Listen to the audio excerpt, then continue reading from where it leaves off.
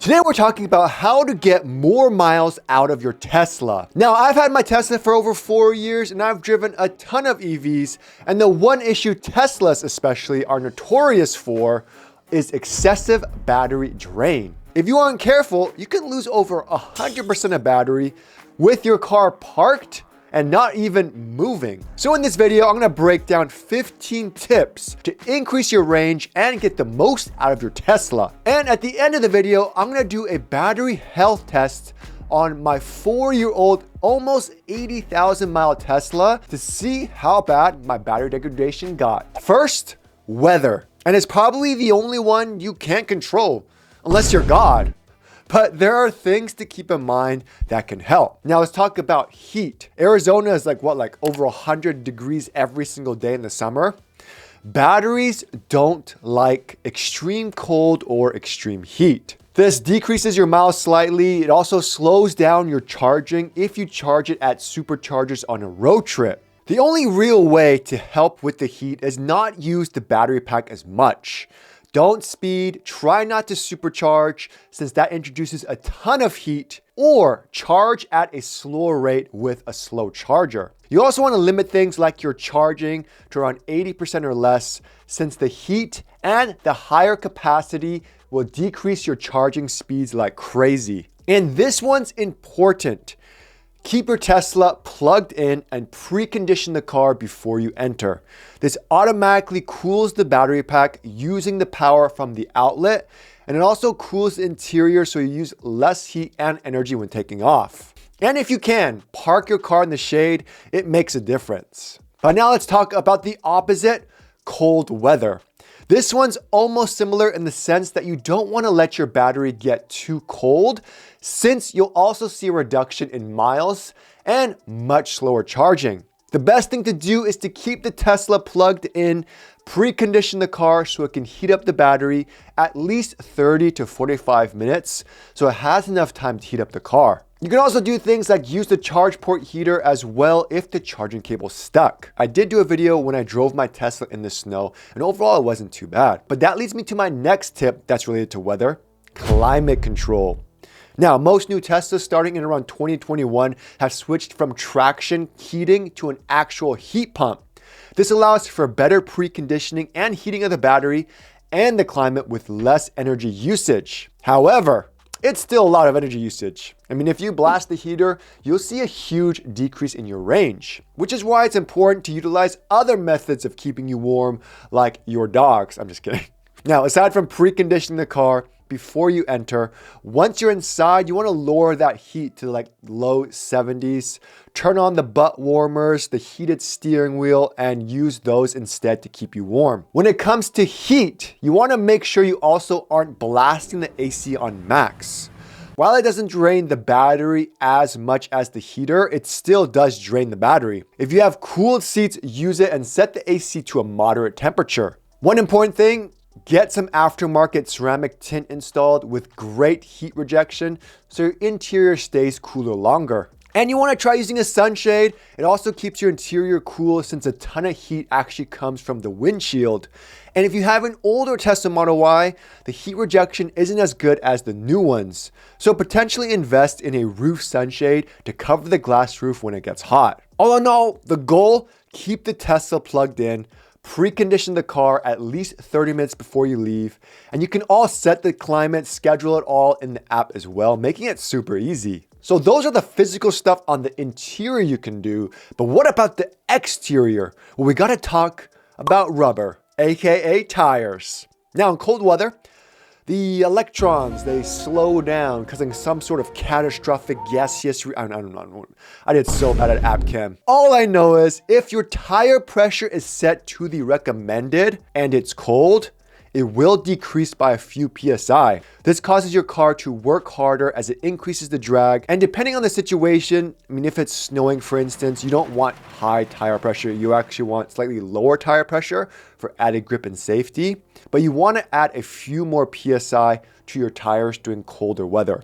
Now, Tesla Model Y is recommended tire pressure is 42 psi. What I do is I set it to 47 psi in the winter on cold tires. Now for me, I live in California. This way with the cold, it'll drop down to around 44, 45.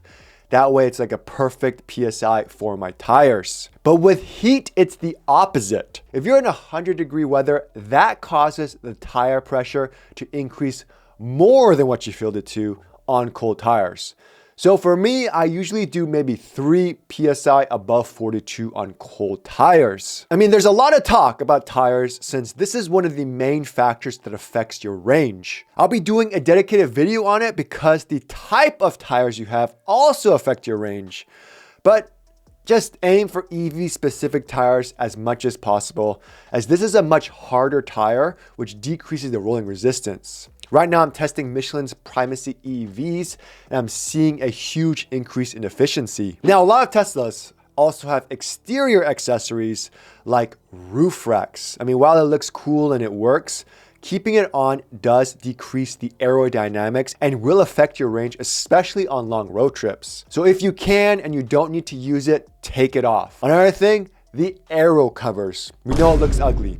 The new Junipers, though, actually look kind of fire. But keeping them on will increase your range as well. So something to keep in mind if you're going on a road trip, put the aero covers back on. Now, a lot of people don't think about this. You also want to make sure your air intake vents are clear. If you notice a ton of leaves, get a vacuum, wash your car, just try to clean it up, because this is where the air flows into your cabin to cool your battery as well as your interior. So if it gets clogged up, it has to work harder. There's another YouTuber out there, Jeeps. I think he did a video where he removed the frunk to clear all the leaves and debris. And it's something anyone can do if it gets really bad. I'll link it in the description. For me, I checked mine after around 70,000 miles. I surprisingly didn't really have any leaves, totally fine. But if you live somewhere where that could be a problem, consider cleaning it out every so often. But that leads me to my next tip that a lot of people don't realize. Keeping extra stuff in your car also decreases your range. There's a reason why EVs don't come with a spare tire. It's just unnecessary added weight. So take a look at your Tesla, see if there's anything you don't need to keep in your Tesla. Like for me, I just keep the basics like my tire compressor, my EV charging cables, and emergency supplies, and that's about it. Now with Teslas, it's all software, right? We get new updates, it's super awesome. And sometimes the update glitches out and can cause something us Tesla owners like to call phantom drain, which is why after you update, if you notice something weird like the battery level is dropping, perform a hard reset by holding both scroll wheels until the car restarts, and that usually fixes all the issues. You also want to keep your Tesla up to date because Tesla's always tweaking the software to improve things like battery efficiency. I mean, they've been able to single-handedly increase the miles in your Tesla with just a software update. What's this magic?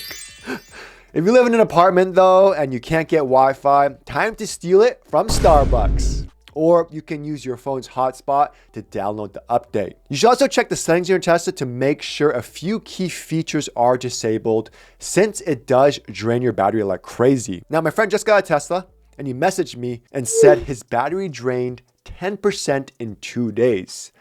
He must have not watched my videos, because the one thing I always talk about battery drain is Sentry mode. You can turn it off so it turns off automatically when you're at home or work. You can easily turn it off through the app, but just make sure to turn it off if you want to save the most battery. Another one is cabin overheat protection, where the Tesla will pre-cool the car so it's not that hot. This runs the AC, which drains the battery. Again, a feature you can easily turn off through the app. But 2 features you can't turn off through the app is standby on summon, which keeps the cameras and sensors on so you can use the summon feature quicker. Just turn it off. I tested it, barely makes a difference. And a new one is the power outlets. Before it would stay on if Sentry mode was on and turn off if it was off. Now you have to toggle it, and it's under charging. Keep accessories on. It's a nice feature, especially if you have a fridge or something connected to the 12 volt. Just know if you keep this on, it does drain the battery. Leading me to my 9th tip, refreshing and checking the Tesla app too often. Now, Tesla has fixed this because before, anytime you touched your Tesla app, it would turn on the car and wake it up, draining your battery. But now you have to send a command to the Tesla or pull down to refresh the app. And doing this wakes up the car, and it does drain your battery every single time because it has to wake up. So my recommendation, don't mess with the car unless you actually have to. Which brings me to the 10th point. Use that Tesla Energy app on the screen. It's so useful as it tells you a ton of data from driving habits, tips, climate, as well as parking. You can see a breakdown of what you used, so you're more aware on what drained your battery. A lot of people don't utilize this, but everyone should, because aside from the tires, the way you drive makes a huge impact on your driving. Raise your hand out there if you're a lead foot driver like myself. I mean, especially after watching the new F1 movie, I was just canyon carving and flooring it every second. But anytime you speed over 70 miles per hour in an EV, you lose more miles. So avoid speeding. And if you push on the accelerator more, you use more energy. So consider switching it to chill mode. And yes, I know a lot of you out there, you're clicking off the video right now because the whole reason you got a Tesla is to floor it. I get it, but if you want to get the most miles and range, just chill it up. Another is the way you slow down. Now, Tesla uses the motors to slow down. When that happens, you put energy back into your battery, which is why you actually gain more miles in stop and go traffic versus just freeway driving. A lot of other car brands like Lexus uses the brakes as well to put energy back into the battery pack, but not Tesla. So make sure you do whatever you can, one pedal driving. Try not to ever touch the brake or hard brake. Now, this one is important. How you charge your Tesla. Now, if you have an LFP battery, you'll know it's usually the rear wheel drive Teslas that have it. It'll tell you on the screen to charge to 100% every so often to recalibrate the battery. However, with other Teslas, charging to 100% and keeping it at 100% decreases the overall battery health. It's totally okay to charge to 100% and drive on your road trips shortly after, but keeping it at 100 for a while isn't the best. Normally, you want to aim around 80% daily and don't go too low either.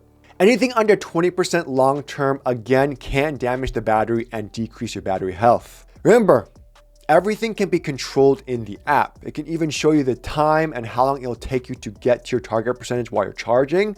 So you can just time it, or you can just set the schedule so it's ready by the time you leave. Now, I don't even know what number I'm on, but I guess the last and 15th tip in 15 minutes, hopefully I didn't go over, is the battery health test. Now, before it was in some super secret menu, but since then it's available for anyone right under service. This is a great way to recalibrate your battery since it learns how you drive and how you charge, and it adjusts the miles based on that. So while you may have more miles in the beginning when you first got your car, it does change with time. The battery health test pretty much drains your battery down, charges it up to different charge levels, and recalibrates it. They said on the screen it could take like 17 hours, but I've seen it take up to 24 hours to complete, and you can only do it once every 6 months. It'll tell you if your battery is healthy and what your battery health percentage is. We'll go to service, battery health test. We are at 20%, so I met all the conditions. I'm gonna go ahead and plug in, start test. Now it's gonna discharge the battery,